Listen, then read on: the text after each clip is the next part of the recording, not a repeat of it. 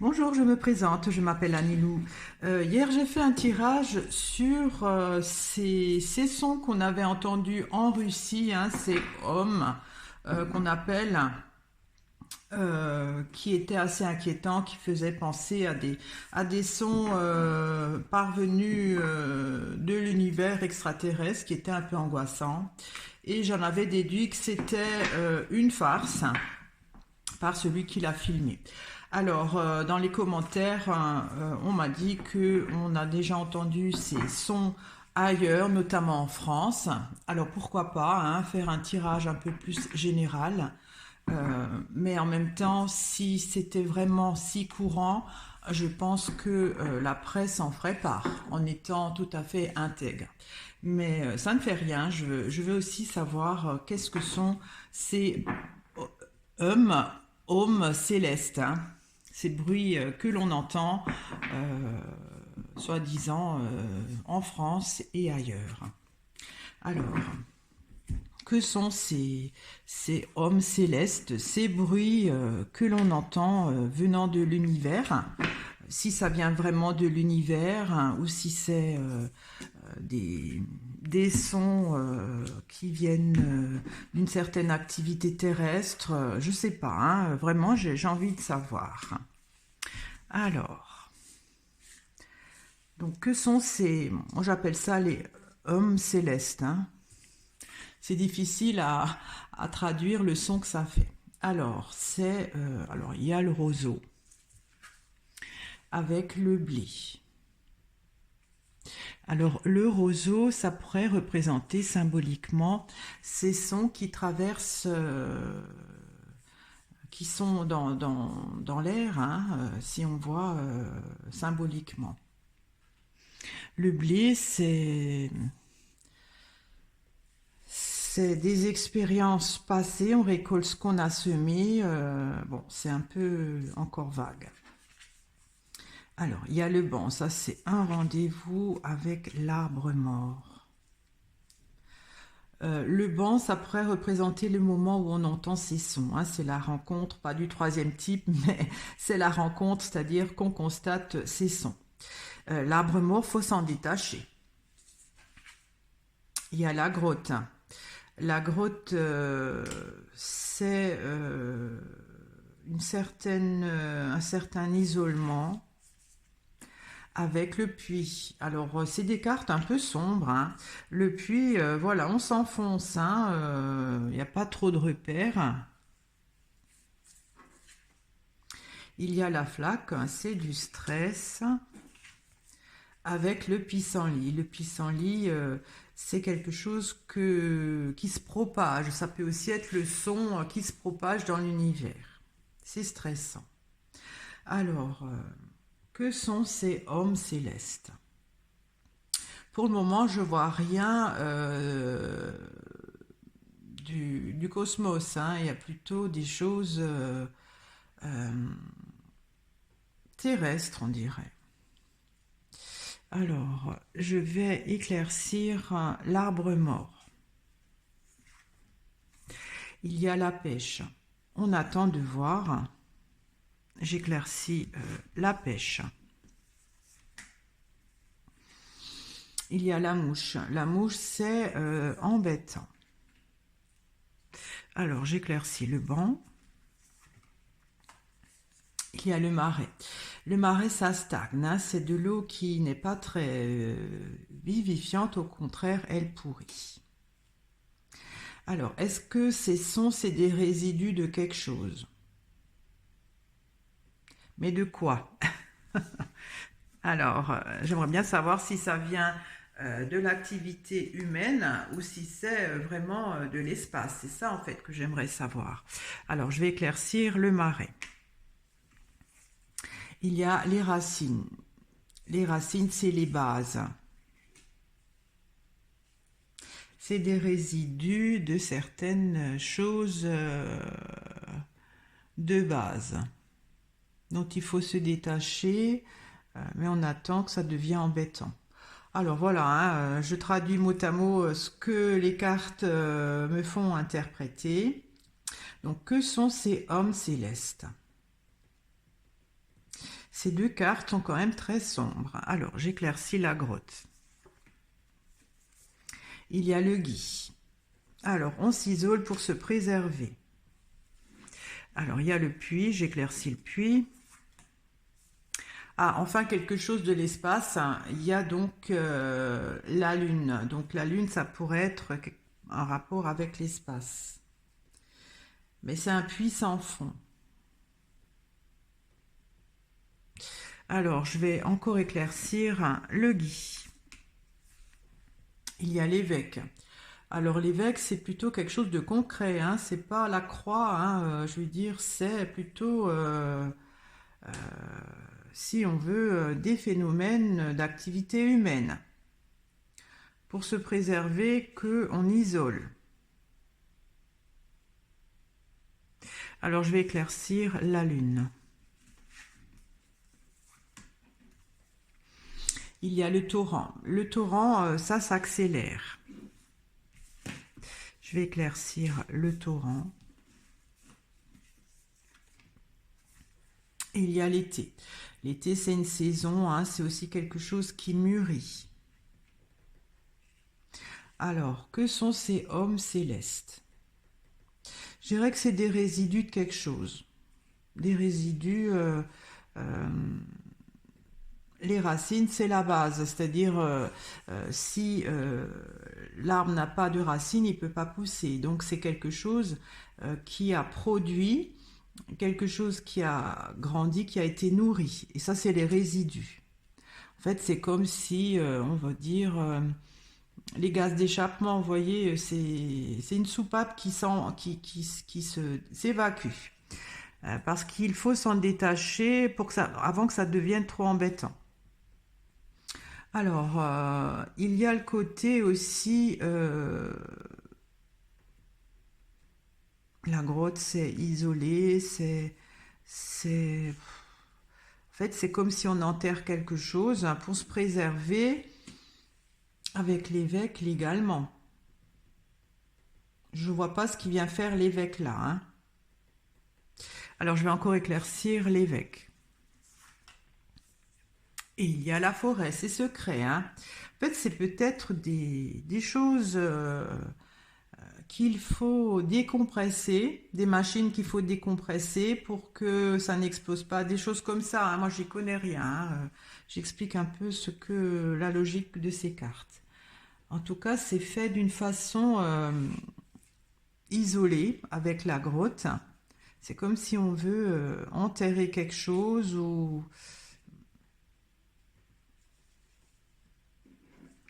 pour se préserver légalement de choses secrètes.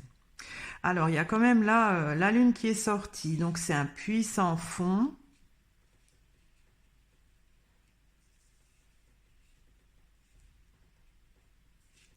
Ça, je ne sais pas trop. Hein. Alors, je vais éclaircir l'été. Il y a l'enfant. Alors, qu'est-ce que vient faire l'enfant là? C'était aussi sorti sur mon précédent tirage sur ces bruits qu'on avait entendus donc en Russie. Et c'est ce qui m'avait dit que c'était enfantin, que c'était une farce. Alors, je ne sais pas pourquoi il ressort. Hein. Est-ce que ça continue à être dans ce style-là?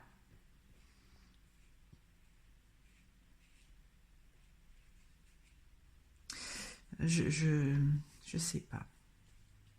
Alors, que sont les hommes célestes? C'est des choses... Le puits, c'est choquant. Hein. Il y a beaucoup de stress. Voilà, de toute façon, le puits, on s'enfonce, on ne peut pas s'accrocher, on n'a pas de repère.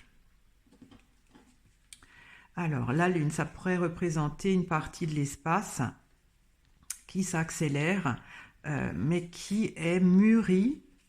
Alors, l'enfance, c'est toujours pour moi des farceurs. Hein.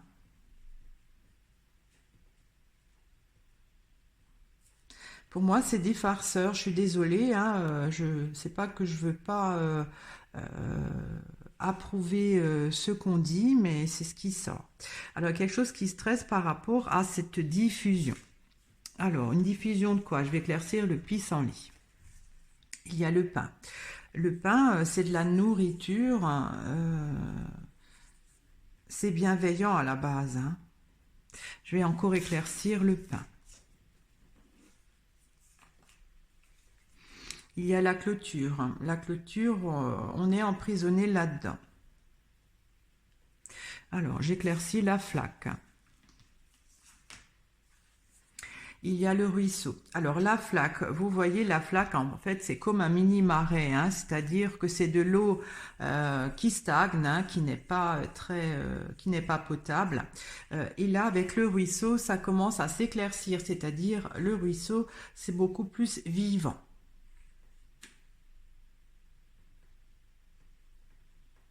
Alors j'aimerais savoir pourquoi que cette eau se transforme. Il y a beaucoup d'eau, hein. Il y a le marais, il y a le torrent, il y a la flaque, le ruisseau. L'eau, ça représente aussi l'émotion, hein. L'émotion, la vie. Alors, je vais éclaircir encore le ruisseau. Et il y a le clocher. En fait, il y a quelque chose qui va s'apprendre, que tout le monde apprendra, hein, bientôt, à moins que ça soit ces sons-là. Moi, en fait, je veux pas savoir si ça va s'apprendre ou pas, je veux savoir ce que sont ces hommes célestes. Alors, à la coupe, le roseau, ça pourrait être... d'abord, j'avais dit que c'était ces vibrations sonores qu'on perçoit, mais le roseau, à la base, c'est une certaine souplesse, c'est aussi une certaine adaptation. Euh, le blé, c'est ce qu'on récolte, hein, ce qu'on a fait. C'est aussi quelque chose qui peut enrichir, puisque le blé, voilà, il nourrit. Euh, alors, le rendez-vous, c'est-à-dire le moment où on entend ces sons, ça provient de certains résidus euh, de base. Alors, je vais encore éclaircir les racines. Et il y a la médaille qui est reconnue. Je sais toujours pas si c'est fait de façon par les hommes ou si ça vient de l'espace. Dont il faut se détacher avant que ça devienne trop tracassant. C'est comme si un peu on doit lâcher des gaz, hein. Je sais pas comment expliquer avant que ça n'explose. J'éclaircis la mouche. Il y a la hache. Ouais, c'est un peu ça, hein, c'est un peu ça. La hache, on coupe, hein. C'est comme s'il y a trop de pression ou trop de choses qui... C'est comme en fait comme des déchets qu'on évacue. Alors voilà, hein, c'est un tirage space. Donc c'est comme si il y a des déchets qu'on accumule, à un moment donné, on peut plus, donc il faut s'en détacher parce que sinon ça deviendrait trop embêtant. Et avec la hache, on le coupe. C'est comme si on lâche une certaine pression. C'est fait d'une façon isolée pour se préserver. Alors l'évêque, pour les tirages space, euh, je sais pas ce que c'est pour ce tirage. En tout cas, l'évêque c'est quand même un humain, hein, c'est pas comme j'ai dit la croix ou l'horizon ou le soleil, c'est quelque chose de légal, hein, pour moi, hein, et qui est secret. Enfin voilà, qu'on divulgue pas trop. C'est comme voilà, quand on déleste du pétrole dans la mer, on le fait tout doucement, hein, on va pas le crier sur le toit, hein. C'est un peu dans ce style-là. Euh, il y a le puits, donc ce puits, ça amène quand même beaucoup, peut-être parce que c'est pas révélé, hein, l'origine de ces sons qui proviennent, d'après moi, de quelque chose d'humain. Et génère beaucoup d'angoisse parce qu'on croit donc que ça vient de l'espace et ça s'accélère, hein, c'est-à-dire quand on entend ceci, euh, mais ça va mûrir avec l'été.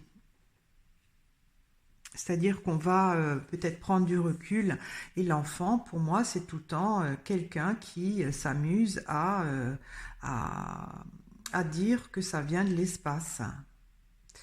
Ouais, c'est un peu, comment dire, c'est un jeu, c'est un jeu. Alors, comment qu'il est cet enfant-là? Alors, j'éclaircis l'enfant. Il y a la croix. Alors la croix, justement, si la croix était sortie là, hein, ou bien là, j'aurais pensé vraiment que ça vient de l'espace.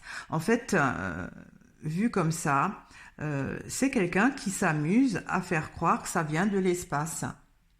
Quelqu'un ou je ne sais pas, hein, il y a des fois des rumeurs qu'on entretient et que ça amuse.